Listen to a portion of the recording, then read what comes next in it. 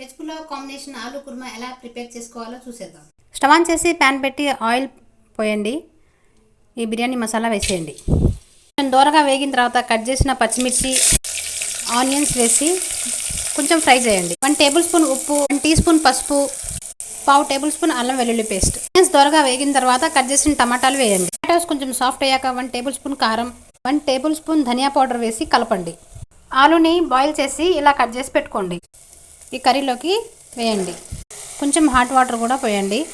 Curry ఇలా ఉడుకుతున్నప్పుడు 1 table spoon పచ్చి కొబ్బరి పొడి, కొంచెం కొత్తిమీర వేయండి.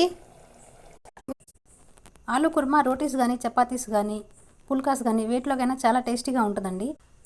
నేనైతే aloo kurma with green peas meal maker rice చేశానండి. టేస్ట్ అయితే అదిరిపోయింది. వీడియో నచ్చితే లైక్ చేయండి, షేర్ చేయండి, సబ్స్క్రైబ్ చేయండి. Thank you friends.